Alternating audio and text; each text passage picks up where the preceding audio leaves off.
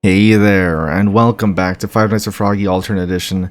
Now you might notice the main menu has changed, and that's because I pretty much was recording without any visuals because I had recorded a story breakdown before, and I don't record my screen at all for those.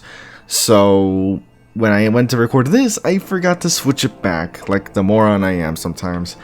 So, what you missed out was pretty much Saturday for Antonio. We went through Antonio's Saturday night. I don't know. We also missed the cutscene. We're gonna go through that really quickly. So I'm not gonna show off Saturday because I already beat it. It's very much a lot like the main nights, only with the rain ambience being a lot more intense, and the cat now having a new mechanic, which you'll see right here. Pretty much has a lighter. You have to get rid of them. Also, Froggy doesn't care if you move around anymore, so there's that. That's pretty much the main change here, along with the weather kind of making it tough to focus, I guess. That's pretty much what you missed so far. I'm so annoyed that you honestly. I'm glad I noticed now, because if I beat this next night without any, recording of it, I would be pissed. Oh my. So already off to a rough start. We're gonna first go through the cutscene that we missed for Antonio, which was the talk with Froggy, and then this is pretty much predating. This happened before Saturday, and this is kind of talking about their plan to last the rest of the weekend before Antonio would then move over to the day shift, and that's when Thomas, us, gets hired.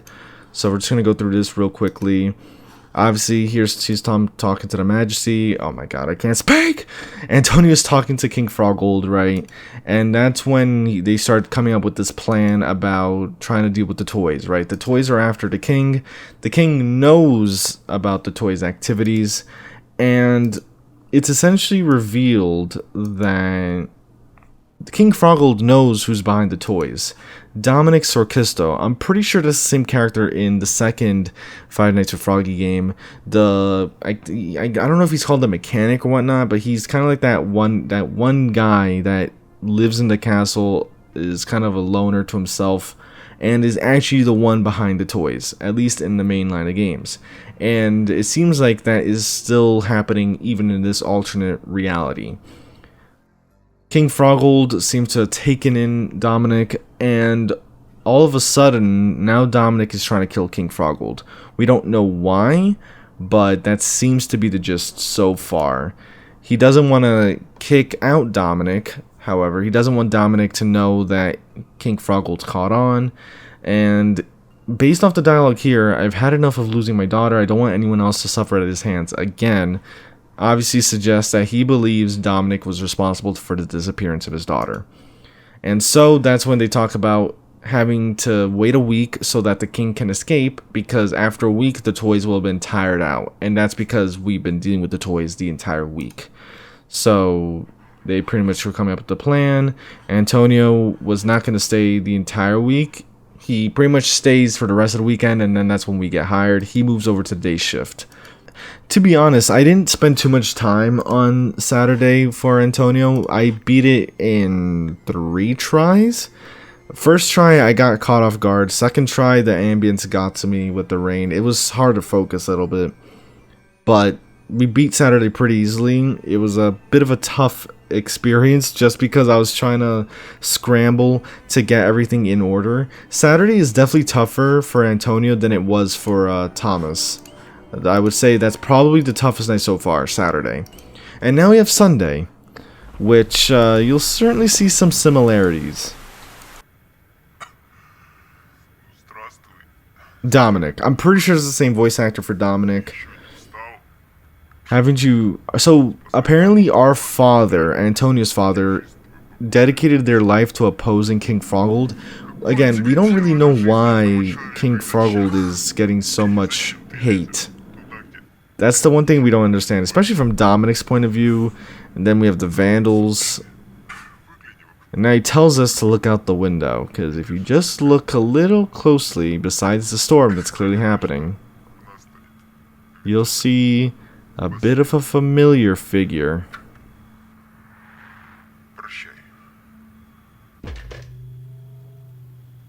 Just wait. Oh, there you go.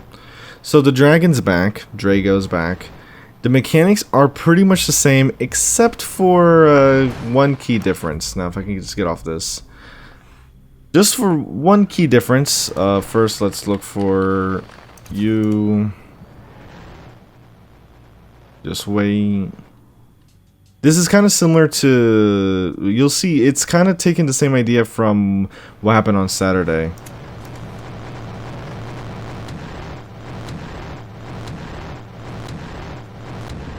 Okay, now we need to go look for you, flash once, wait for them to appear.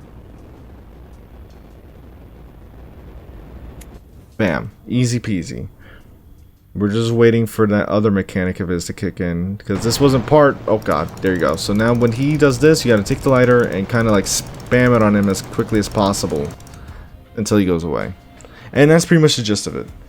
Now, I made it past 3 AM. There's another, like, checkpoint in Sunday, so you'll see that once we get past 3 AM. Because this night certainly kicks it up a notch. Oh, God. Go away, go away, go away, go away. 7 times. You need to get Drago 7 times with the lighter in order to make him go away. Door...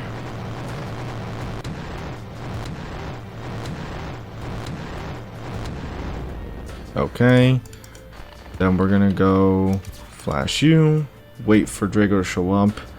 It starts off really slow, to be honest, but eventually pick up. Now, for a second I was like worried that there were a whole new mechanics, so I was kind of lost on what to do until I was like, oh wait, actually no, they're the same exact mechanics, so I'm good. Get out, get out, get out, get out. There we go. Nope, put that away. Hide. Hiding mechanics a lot easier now, just because I can actually hear him going away.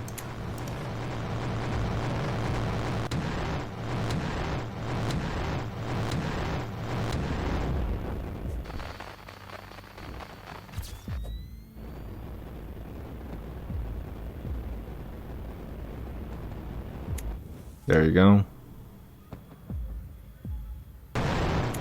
That's not what I meant to do. 4, 5, 6, 7.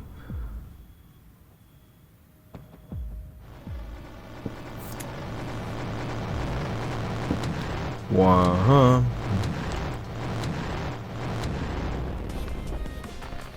Always kicked it up a notch. Wait. Just checking. Oh, nope. Never mind. He's back. This time he's a lot quicker now. Once it's past 3 AM.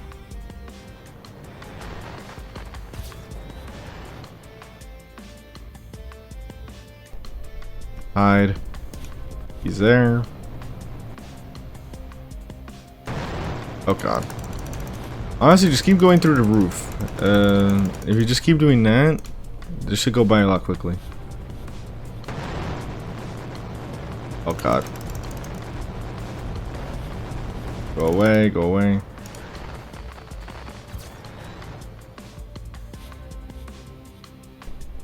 How many times? Okay, no stunts.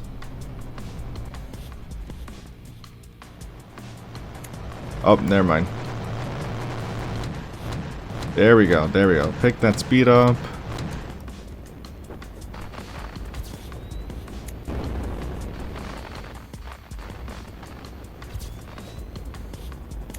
There we go.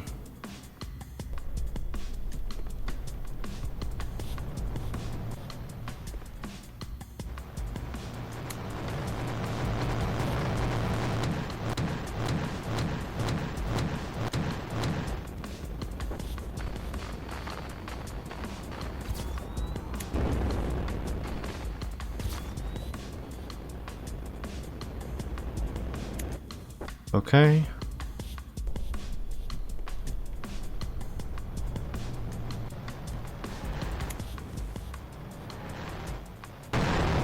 He did the flyby. I should have clocked the flyby. Luckily, there is a 3 a.m. checkpoint, and this is pretty much where I got up to. I was pretty much in the middle of doing runs on this when I took a look at the recording and saw that I dreaded what I saw. I was like, oh no.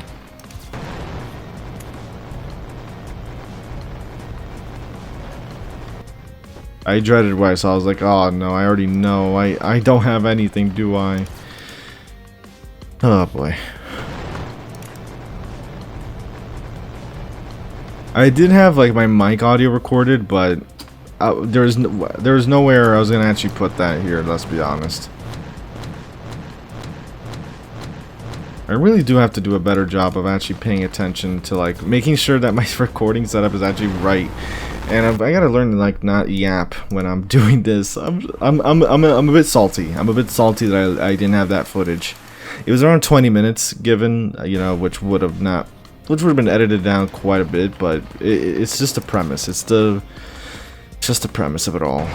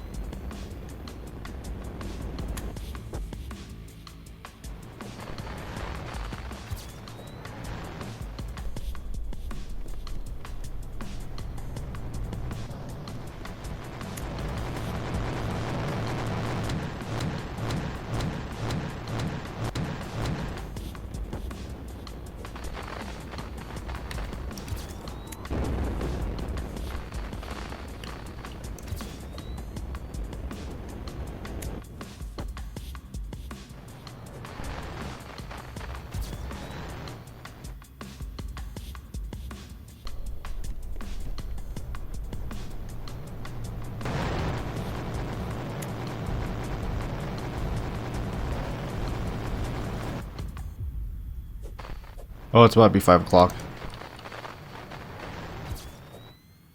Just barely got away with that.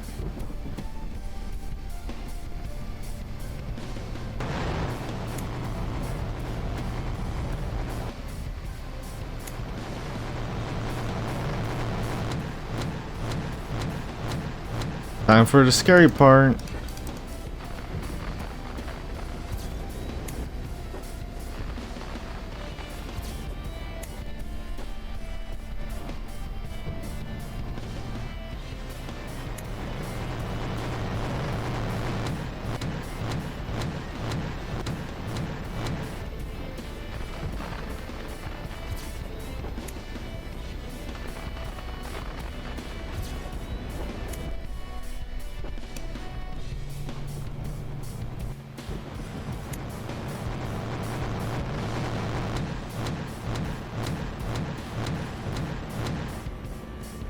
Oh, it's getting way too bright for me to see anything. Okay. Week complete. Okay. We made it through. Honestly, I mean, I think objectively that has to be harder than Sunday for... What's it called? For Thomas. Just because the first 3 hours aren't a tutorial segment. They're just a slow segment. But besides that, I mean, mechanics-wise, pretty much the same, except for the addition of the hatch or hole in the roof. Hello, Lorenzi. Hello, Antonio. Anything unusual with the toys today? You look exhausted. Dominic. He sent Draco on me. I keep calling him Draco. He just took and sent Draco on me. Draco? It's an old toy that stood in Froggold's father's castle. Dominic once told me about Draco, saying he found it in the castle ruins, and told me all his big plans for this dragon. As you can see, I witnessed these plans at night. Oh God. Okay, we need to focus on our plan. Did you talk to Froggold? The voices don't even rely on me for accurate voicing anymore. Of course, we agreed that I would be transferred to the day shift so Dominic's patience wouldn't completely run out. But we need to find a replacement for the night shift. So that's why they were doing the switch. I was wondering, because he was going to still commit to staying here the whole week, but I guess the whole idea was to kind of like placate Dominic a little bit. Don't worry about that. I'll handle the job posting. Newspapers print quickly if there's urgency. I learned that during the search for Sophie II, Froggold's daughter. Good. We need to agree on a few more things. First, to make it easier for the new guard, seal the hatch in the hut completely so no one can get in. So, yeah, in a way, like, you know, we nerfed that cat. Second, it's better if he doesn't talk to the king about all this. Who knows what ideas might come to mind. According to the story, the king didn't believe me and sent me to a psychiatrist. Well, yeah. Third, Lorenzi, the king is leaving this place next Sunday. Don't take risks. The sooner you quit, the better. Though you'll need to spend a few days instructing the new guard. After that, quit as soon as possible.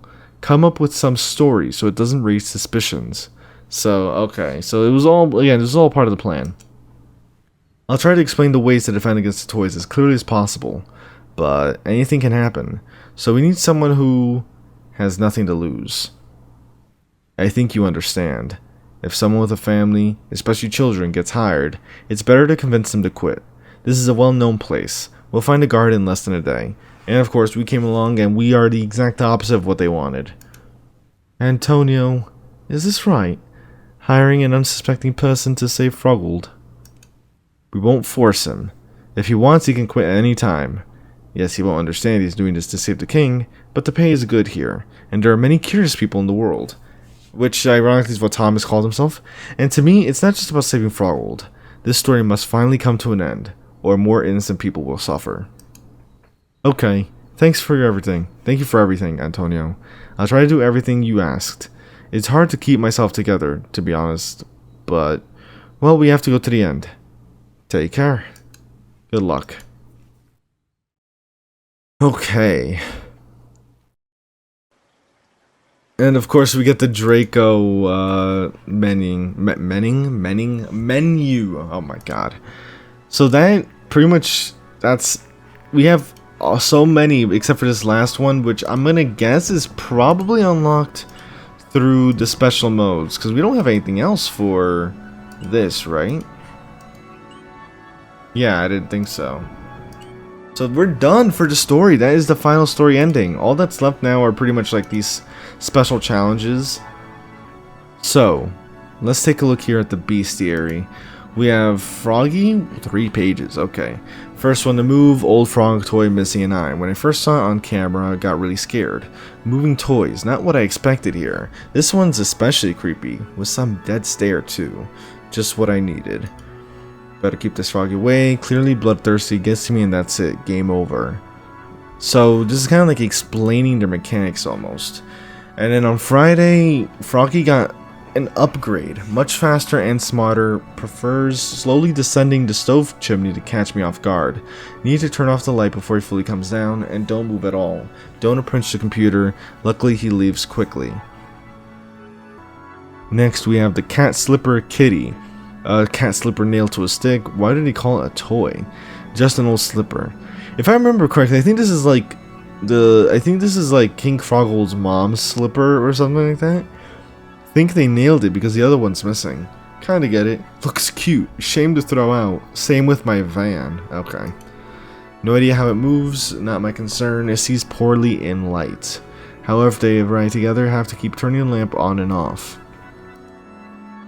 Next, Cheburashka. Heard about him from a Russian cartoon. There was a crocodile too. Croco, they were a character in the second game as well, but they did not appear here. This one's different. Probably our Czech version. Notice he's missing an eye too. Antonio once mentioned witnessing Cheburashka lose his eye when he was a night guard.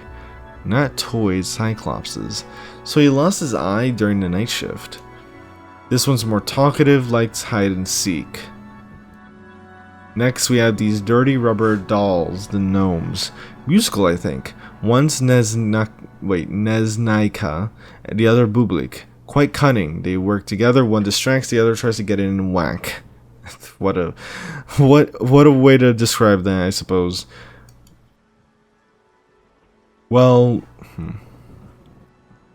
again, with the strategy with them, you just gotta see what eyes are on camera, and then you'll know exactly what to do.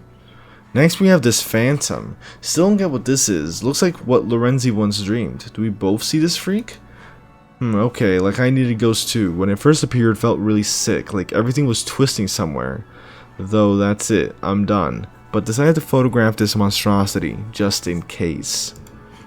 Pointed the lens and bam, gone. So again, kind of explaining that this Phantom, which came out of nowhere, can be dealt with the camera, or the flash really.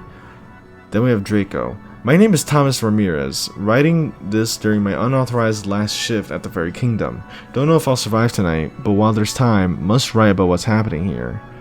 So, talks about the dragon toys strategies. He immediately broke one camera before attacking. He did that with Antonio, excuse me. Luckily, thanks to Tony, I know how he acts and what to do in different situations. You know, one thing I like is that now we know why Tony knows about Draco's mechanics, because he literally did the same things with those mechanics as well. He had to go up against it in the same way. Has a little friend, some snake, not dangerous itself but helps the dragon. Needs to avoid it, though it sometimes messes with cameras. Gets faster and more aggressive with each failed attack, need to stay alert. So that's why they kind of say that, that's the reasoning for it getting more and more aggressive as you survive through the night. Writing this at 4 AM. This freak won't get me. My family's waiting at home, which means that this morning I'm returning alive. And then Thomas Ramirez. Well, what to say? I'm Thomas, decent guy, married, 2 kids, older son and younger daughter. Recently bought a great apartment in Prague, but ran out of money. Then they pretty much showed that he worked at he worked security at a warehouse beforehand, so prior job experience. Loves tinkering with his van, fishing, and good rest. Love my wife dearly, married almost 16 years, and our kids are great model children. So yeah, family man through and through. Lorenzi Veseli, head servant at the Fairy Kingdom, very positive and hardworking, real leader of all staff, well, until night falls. Yeah, he gets to be a bit more stressed at that time. Calls me every night with toy defense methods, kingdom history, and more. Liked him immediately, good man. Next we have Antonio Blazen. Tony was night guard before being transferred to day shift, as we just saw. Guess I took his place now. Smart and inventive, quite brave too. Says toys were much more dangerous before. I'm guessing that's like referencing the hatch. He's the one who found different defense methods. What a great guy. Or what a guy, but no one believed his stories about walking toys, so they sent for psychiatric evaluation. We got it off quickly, good man, decent, maybe we'll keep in touch outside work. And then, oh, we even get to see his wife, I'm trying to think how to pronounce these, but Jan Ramirez, my wife. We met almost 18 years ago, got married 2 years later. Recently, we saved enough to move to Prague with our kids, and thanks to her, I found a security job. Wonderful woman, cooks amazingly finger-licking food, or good, but can stand her ground too. Anyone messing with her gets a good whack. Always supports me. One of you who understands why I won't buy a new van. Not just a woman, a dream. Holy moly. I mean, even with the van too, I mean, sounds like he hit the jackpot on that one. Then Froggle II, a wealthy man living in his own palace. Well, not exactly a king, but lives like royalty. I'm not sure what he is with this Fairy Kingdom, to be honest. Very positive and cheerful. He's the king, quote-unquote, of the Fairy Kingdom, but those vandals bother him, and seems like they have reasons. Could such a man do something bad? I mean, again, like, we don't really have any idea as to why he's being targeted. And then they have notes on each of the knights, like courtyard, not sure why I have a camera watching the yard. This is kind of like talking about the toys slowly moving, I guess. I really like the royal palace, beautiful, luxurious, and huge. It's a Prague landmark. No vandals at night, but they arrive during the day. The walking slippers surprised me, and Lorenzi was really laying on thick. Why take this job? Need to feed my family somehow. So a lot of this is pretty much just his observations of the the whole past entirely. And then they even mentioned about the story of the king's daughter. These toys have already killed even the king's daughter. So already it sounds like the daughter's death is actually like confirmed. It's not even like a disappearance anymore. The detective, on the other hand, is still kind of like missing. So on Saturday, he was talking about how odd the night was, no phone call, the toys were a lot more aggressive, and then he decided that it felt wrong not to come in tomorrow, need to finish what I started, which is why he ended up showing up on Sunday anyway. Worked all week in this hut, inside there are 2 lamps, though one's weak, skulls everywhere, and decorative cobwebs. Didn't know I'd be spending nights in such a funny little house. The whole area around it is called Fairy Nook. Well, until the hut burned down during my last shift. Yeah, with the fire and everything. Didn't know what I was getting into. Thought it'd be the same toys, even when I saw the flying dragon outside. I had Tony's instructions, but at 5 o'clock, this dragon set the hut on fire. And not randomly, deliberately, waiting outside, attacking again and again. If not to kill me, then to burn me inside, which would be the same. But I survived. No more hut, no dragon, no job here. But glad I came that night. Was inches from death, but survived my last shift here. Worth it? Hard to say, but I think yes, it was worth it. And then, yeah, that's pretty much the extent of the Beastiary from Thomas's perspective. Obviously, tips are more akin to actual... Oh, these are like Antonio's actual tips. Ah, okay. That's actually kind of cool. They even have like the mechanics as well for the gnomes. Like gnomes, like give or take 11 seconds, and then it resets again to another 11 seconds. Cool that they actually have like this detailed information, which Antonio would have had to figure out, right, with the toys. Saturday, think twice before going to work tomorrow. Yeah, that clearly didn't happen. But before we actually wrap things up, let's try the challenges. I'm just going to get through this as much as possible so that we can make this the definitive ending to Five Nights with Froggy Alternative Edition. Computer helps a lot, doesn't it? Well, now if you miss passwords, you're done for. Password appears on a random camera. Must... Oh, wait a minute. This is like... I thought this was like a little mini-game type thing, but you're telling me, like... let's see how this works. Like, is this with, like, the actual toys? Oh, it is, isn't it? Oh, boy. How do I know when... Oh, nah. How am I supposed to... I don't think we're going through this. How am I supposed to do that? Like, how do I even remember such a thing? Luckily, the toys aren't super active, but... Where do you... How would you see this password? Oh, Lord. Oh no, it's back to...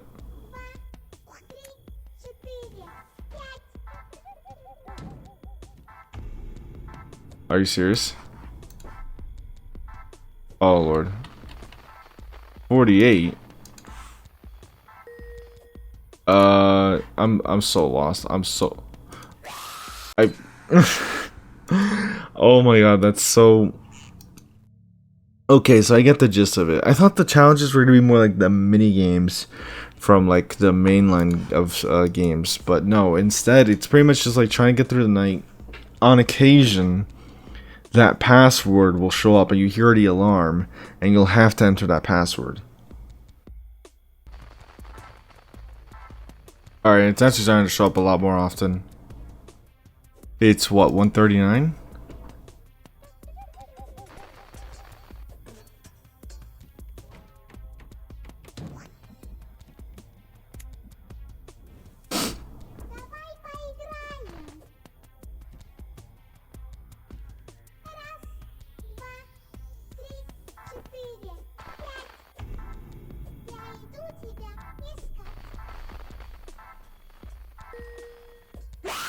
I tried hiding in time, damn it. How did I get away with that? Oh my god, I didn't get to hide in time though. Oh my god. Alright, honestly, considering that those challenges are actually full-blown nights with like modifiers, I'm gonna leave that for one final video. Because I'm not sure how long this one, not that one, I'm literally not even there. I'm not sure how long this one will take me. And there's 3 other ones. And if I have any chance of beating all 4 of them, I'm probably going to have to take a whole video to do that. So we're going to be here just a little bit longer. But, of course, with all that said, I hope you did enjoy. If you did, leave a like, subscribe, all that good stuff. Let me know you're enjoying the content and want to see more of it. The game will be in the description below as always. And with that said, I'll see you in another video. Take care.